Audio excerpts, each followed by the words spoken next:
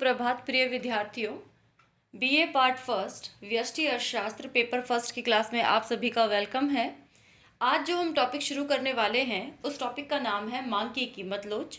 इस टॉपिक में हम क्या क्या पढ़ने वाले हैं कि मांग की कीमत लोच का क्या अर्थ होता है, मांग की कीमत लोच का जो सूत्र होता है ज्ञात करने का उसे हम कैसे ज्ञात करते हैं, मांग की कीमत लोच के प्रकार कौन कौन से होते हैं, मांग की कीमत लोच की श्रेणियां कौन सी होती हैं, इसकी मापन की विधियां क्या होती है। श्रेणी और प्रकार एक ही बात है। मापन की विधियां कौन कौन सी होती हैं। इसके अलावा मांग की आड़ी व तिरछी लोच जिसे क्रॉस इलास्टिसिटी कहते हैं वो क्या होती है। तो ये थोड़ा सा पिछले टॉपिक से यानी जो हमने मांग का नियम पढ़ा था उससे आगे का टॉपिक है। आप इसे ध्यान से समझिएगा और समझ के ही आगे बढ़िएगा, क्योंकि जब आपने इकोनॉमिक्स ले लिया है तो आप किसी भी टॉपिक से बच नहीं सकते हैं, आपको वो पढ़ना ही पड़ेगा।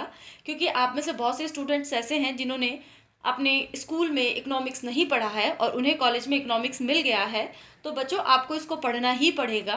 कुछ बच्चे कहते हैं कि हम सीरीज़ से पढ़ लेंगे किताब को। जब मैंने उनको किताब के लिए कहा कि आप लोग किताब खरीदिए तो बच्चे बोलते हैं कि हम सीरीज़ से पढ़ लेंगे। तो आप कुछ भी साधन अपनाइए, लेकिन आप कम से कम इन वीडियोस को एक बार ज़रूर देखिए, इनको समझिए, क्योंकि जब तक आप इन वीडियोस को नहीं समझेंगे, इनके माध्यम से नहीं समझेंगे, आपका जो सबसे सस्ता तरीका है, मेरे ख्याल से सबसे वर्स्ट तरीका है सीरीज़ पढ़ने का, वो भी आपको समझ में नहीं आएगा। सीरीज भी आपको पास नहीं करा पाएगी जब तक आप इन वीडियोस को ध्यान से देखेंगे नहीं, समझेंगे नहीं, नोट्स बनाएंगे नहीं। Clear? Now come to the point. आज का जो हमारा टॉपिक है वो है मांग की कीमत लोच। तो अब हम इस टॉपिक में क्या पढ़ने वाले हैं, हम हेडिंग डालते हैं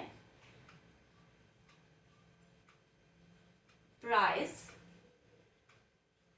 इलास्टिसिटी ऑफ डिमांड। इसका हिंदी में क्या होगा? मांग की कीमत लोच। देखिए बच्चों, जब तक आप किसी टॉपिक के शाब्दिक अर्थ को नहीं समझेंगे तब तक वो टॉपिक आपके दिमाग में क्लियर नहीं हो पाएगा। जब आप किसी टॉपिक के नाम को समझ जाते हैं, नाम को समझ लेते हैं, तो 20% टॉपिक तो वही क्लियर हो जाता है कि हमको इसमें पढ़ना क्या है। मांग की कीमत लोच को समझाने से पहले मैं दोबारा बैक में चलना चाहूंगी जहां हमने मांग का नियम पढ़ा था। मांग का नियम क्या कहता है? मांग का नियम, जब किसी वस्तु की प्राइसेस में बदलाव होता है, प्राइस अप या डाउन होती है, तो उसी वस्तु की डिमांड में भी परिवर्तन हो जाएगा, वो डाउन या अप हो जाएगी। क्लियर? तो यहाँ पर जो मांग का नियम है वो क्या करता है कि वह कीमत के कारण मांग में हुए परिवर्तन की दिशा बताता है। दिशा ही बताता है। कैसे? कि जब कीमत में वृद्धि होगी तो मांग घट जाएगी, या कीमत में कमी होगी तो मांग बढ़ जाएगी। सिर्फ यही तो बताता है कि एक चेंज होगा तो दूसरा भी चेंज हो जाएगा, पर इन्वर्सली या उल्टे तरीके से। लेकिन जो मांग का नियम है वो यह नहीं बता पाता है कि कीमत में बदलाव होने के कारण मांग में कितना बदलाव हुआ, या मांग कितनी बदली। कितनी बदली का मतलब है प्रतिशत रूप में कितनी बदली या आनुपातिक रूप से कितनी बदली। आई थिंक आपको समझ में आ रहा होगा कि मांग का नियम क्लियरली ये कह देता है कि कीमत के बदलने से उस वस्तु की मांग बदल जाएगी, लेकिन कीमत के बदलने से मांग कितनी बदलेगी, कितनी प्रतिशत बदलेगी या कितने आनुपातिक रूप से बदलेगी, इसकी व्याख्या मांग का नियम नहीं करता है। इसको समझने के लिए हम जिस टॉपिक पर आएंगे उसका नाम है मांग की कीमत लोच। क्लियर? तो मांग की कीमत लोच क्या बताती है? मांग की कीमत लोच क्या है? बताती है नहीं, क्या है? मांग की कीमत लोच, जिसे हम ई का मतलब इलास्टिसिटी एंड डी का मतलब डिमांड, ठीक है, इलास्टिसिटी ऑफ डिमांड, जिसका मतलब है इसे बोलेंगे मांग की कीमत लोच। ये क्या बताएगी? मांग की कीमत लोच क्या बताता है कि कीमत में बदलाव के कारण मांग में कितना परिवर्तन हो गया है, या कीमत के 50% घट जाने पर मांग 80% बढ़ गई है, या कीमत के 25% बढ़ जाने पर मांग 10% घट गई है। तो क्या समझ में आया कि मांग की कीमत लोच क्या बताती है कि कीमत में परिवर्तन के कारण मांग में आनुपातिक रूप से या प्रतिशत रूप में कितना परिवर्तन होता है। क्लियर? अब जो मांग की कीमत लोच है, ये क्या है?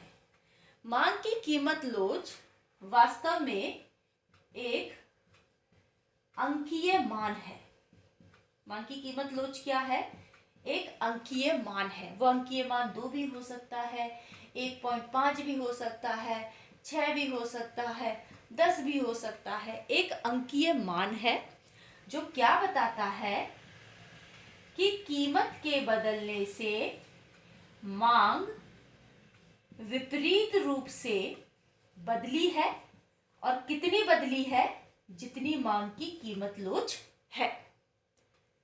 ठीक है, मांग की कीमत लोच क्या है? मांग की कीमत लोच एक अंकीय मान है जो ये बताती है कि कीमत के बदलने से मांग बदल जाएगी, और मांग कितनी बदलेगी? वो उसी अनुपात में बदलेगी जिस अनुपात में मांग की कीमत लोच का मान है। अब इसको देखिए, मांग की कीमत लोच। अब मैं आपको शब्द पे जाके इसका अर्थ क्लियर कर रही हूं। मैंने आपको मांग के नियम में एक बात बताई थी कि किसी वस्तु की जो मांग है वो उसकी कीमत पे निर्भर करती है, लेकिन कीमत के साथ साथ अन्य जो तथ्य हैं, जिसमें उपभोक्ता की आय हो गई, भविष्य के प्रति आशंसाएं हो गई, संबंधित वस्तुओं की कीमतें हो गई, उपभोक्ता की रुचि हो गई, इस पे भी फर्क पड़ता है। तो एक्चुअल में मांग कई चीज़ों से प्रभावित होती है। इनकम, उपभोक्ता की, उसकी भविष्य के प्रति उसकी expectations, price of other goods, ठीक है, उसका टेस्ट, इन चीज़ों से मांग प्रभावित होती है। अगर हम ये जानना चाहते हैं कि आय के परिवर्तन से मांग में कितना प्रतिशत परिवर्तन हुआ, तो हम लिखेंगे मांग की आय लोच। भविष्य के प्रति आशंसाओं से मांग में क्या परिवर्तन होगा, कितने प्रतिशत या आनुपातिक परिवर्तन होगा, उसके लिए हम लिखेंगे मांग की भविष्य की प्रत्याशा लोच। अन्य वस्तुओं की कीमतों, प्राइस ऑफ अदर गुड्स के कारण भी मांग परिवर्तन होता है, तो हम उसे ऐसे लिखेंगे, अगर उसे जानना है, मांग की अन्य वस्तु की कीमत लोच। अगर हमें ये जानना है कि मांग में प्रतिशत या आनुपातिक परिवर्तन उपभोक्ता की रुचि के कारण परिवर्तन हो रहे हैं और वो कितने हो रहे हैं, तो इसे जानने के लिए हम लिखेंगे मांग की उपभोक्ता रुचि लोच। और अगर हमको ये जानना है कि वस्तु की कीमत के कारण मांग में कितना परिवर्तन हो रहा है, तो हम इसे लिखेंगे मांग की कीमत लोच।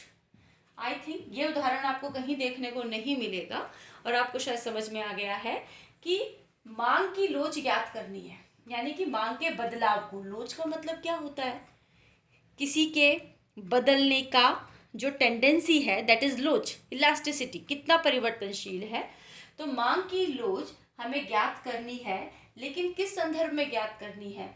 खुद वस्तु की कीमत के संदर्भ में ज्ञात करनी है, अन्य वस्तुओं की कीमतों के संदर्भ में ज्ञात करनी है, उपभोक्ता की रुचि के संदर्भ में ज्ञात करनी है, या भविष्य की प्रत्याशाओं के संदर्भ में ज्ञात करनी है, या खुद उपभोक्ता की आय के संदर्भ में ज्ञात करनी है। तो ये हम जैसे चाहे वैसे ज्ञात कर सकते हैं, लेकिन हमारा जो टॉपिक है वो है मांग की कीमत लूज, यानी कि वस्तु की कीमत में परिवर्तन से वस्तु की मांग में कितना परिवर्तन होगा, यह मांग की कीमत लोच कहलाती है। क्लियर ना। अब मांग की कीमत लोच की परिभाषा क्लियर होने के बाद में हमारा जो सबसे पहला जो सवाल आता है वो ये होता है कि हमने कहा कि मांग की कीमत लोच क्या है, एक अंकीय मान है। क्लियर, एक अंकीय मान है जो यह बताएगा कि कीमत में परिवर्तन से मांग में किस अनुपात में परिवर्तन होंगे। क्लियर, ये बताएगा। तो अब हम यहाँ क्या करेंगे, इस सूत्र को ज्ञात करेंगे। ठीक है, अब देखिए एक सूत्र है मांग की कीमत लोच। ज्ञात करने का सूत्र क्या है, इसका सूत्र है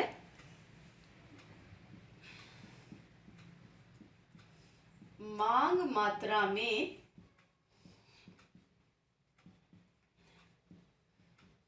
आनुपातिक परिवर्तन बटे कीमत में आनुपातिक परिवर्तन। अभी आपको एक उदाहरण देके समझाऊंगी तो आपको बिल्कुल क्लियर हो जाएगा आनुपातिक परिवर्तन। अब ये आनुपातिक परिवर्तन क्या होता है, इसके लिए मांग की कीमत लोच को मैं एडी से डिनोट कर देती हूं ताकि समझ में आ जाए। मांग मात्रा में आनुपातिक परिवर्तन ज्ञात करने के लिए हम क्या करते हैं, इसे ज्ञात करने के लिए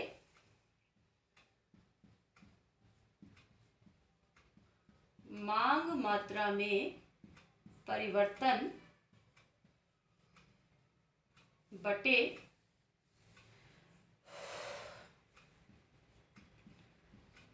प्रारंभिक मांग मात्रा भाग का निशान लगाया। कीमत में आनुपातिक परिवर्तन ज्ञात करने के लिए क्या करेंगे, कीमत में परिवर्तन बटे प्रारंभिक कीमत। क्लियर। अब हम क्या करते हैं, ईडी इज इक्वल टू मांग मात्रा में परिवर्तन को हम दर्शा देते हैं डेल्टा डी से। देखिए बच्चों, ये जो त्रिभुज का निशान है इसे डेल्टा कहा जाता है। ठीक है, डेल्टा का मतलब होता है परिवर्तन की दर या परिवर्तन, डी का मतलब डिमांड।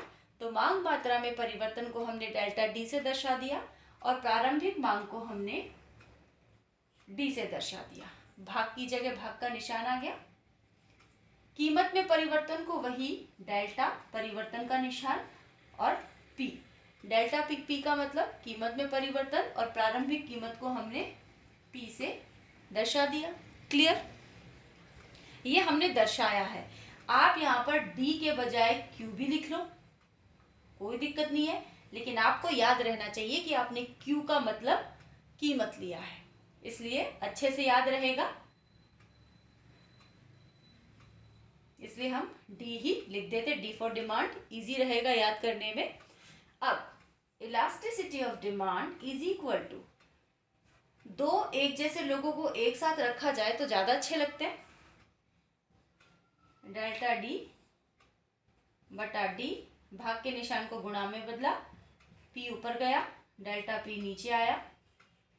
दो एक जैसे लोगों को एक साथ रखा जाए, elasticity of demand delta D की जगह डेल्टा डी, पी की जगह हम डेल्टा पी को इधर सरका लेते हैं और पी के नीचे पी रख देते हैं। तो बच्चों ये जो सूत्र निकल के आता है इसे बोलते हैं प्रारंभिक या बेसिक मांग की कीमत लोच का सूत्र। ठीक है, ये मैंने आपको निकालने का तरीका बताया है। अगर मांग मात्रा में अनुपातिक परिवर्तन आपको पता है, कीमत में अनुपातिक परिवर्तन पता है, तो आप भाग लगा के कीमत लोच निकाल सकते हैं। लेकिन अगर आपको सारणी दे दी जाती है इस तरीके से, यहाँ लिख दी कीमत, यहाँ लिख दी मांग, यहाँ अंक लिख दिए 10, 20 और यहाँ पर मान लीजिए 50। कीमत बढ़ती हुई दिखा रहे हैं तो मांग को घटता हुआ दिखाएंगे 30। और आपको इन डेटास के आधार पे कहा जाता है कि मांग की कीमत लोच को निकालिए।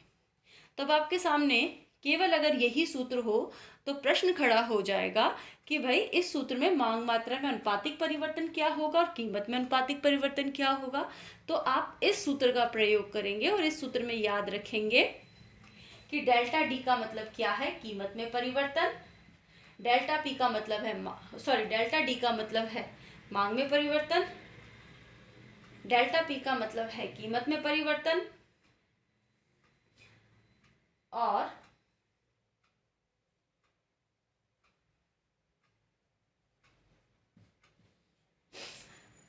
पी का मतलब है प्रारंभिक कीमत और इसका मतलब है अगली वाली कीमत। ठीक है, जो भी आप देख रहे हो आप समझ लीजिए एक बार आप इसको।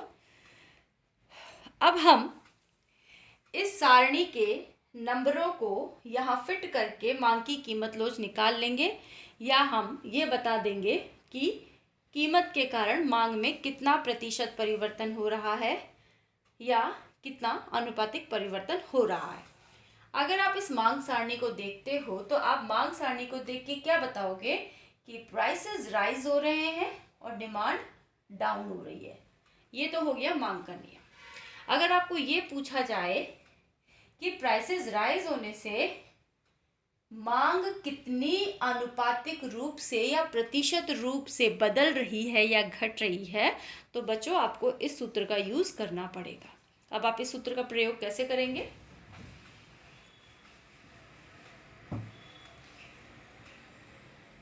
Delta D upon delta P गुणा पी बाय डी।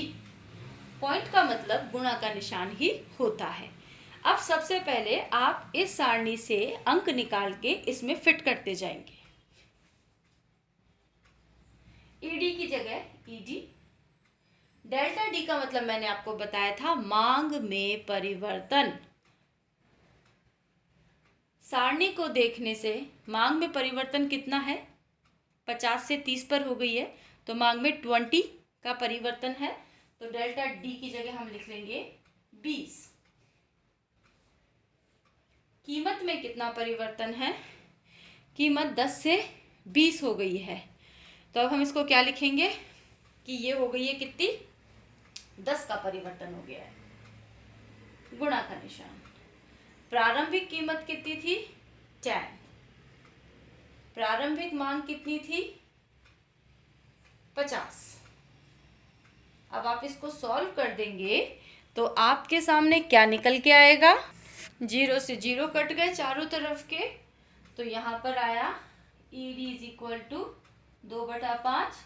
आप 2 में भाग लगाएंगे 5 का तो आंसर आएगा 0.4। इसका मतलब ये है कि इस सारणी के अनुसार कीमत और मांग के बीच संबंध या मांग की कीमत लोच या मांग की कीमत लोच या कीमत के कारण मांग में जो परिवर्तन हुआ है उसका अनुपात कितना है, 0.4 है। तो आई थिंक आपको यहाँ पर समझ में आ गया होगा कि मांग की कीमत लोच का मतलब ये होता है कि डिमांड में चेंज होने के, प्राइस में चेंज होने के कारण डिमांड में कितने प्रतिशत परिवर्तन हुआ है, क्या कितना अनुपातिक परिवर्तन हुआ है, उस परिवर्तन को निकालने के लिए हम इस सूत्र का प्रयोग करते हैं। और इस सूत्र का प्रयोग करके हम एक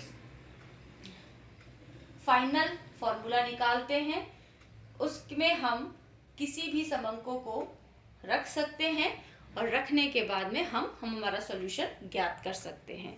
तो यहाँ पे मांग की कीमत लोच के लिए ये एक अंकीय मान निकल के आ गया है, जो क्या बताता है कि कीमत के कारण मांग में इस अनुपात में परिवर्तन हो जाएगा। जबकि मांग का नियम क्या बताता है कि सिर्फ परिवर्तन होगा, लेकिन परिवर्तन किस अनुपात में होगा, किस प्रतिशत मात्रा में होगा कीमत के कारण, उसके लिए हमें मांग की कीमत लोच को पढ़ना ही होगा। अब स्टूडेंट्स, ये मांग की कीमत लोच की प्रारंभिक बात थी जो हमने डिस्कस करी। अब अगले टॉपिक में मैं आपको मांग की कीमत लोच की श्रेणियां बताऊंगी। बहुत ही इंटरेस्टिंग है। हम चर्चा करेंगे मांग की कीमत लोच की श्रेणियां या उनके प्रकारों की।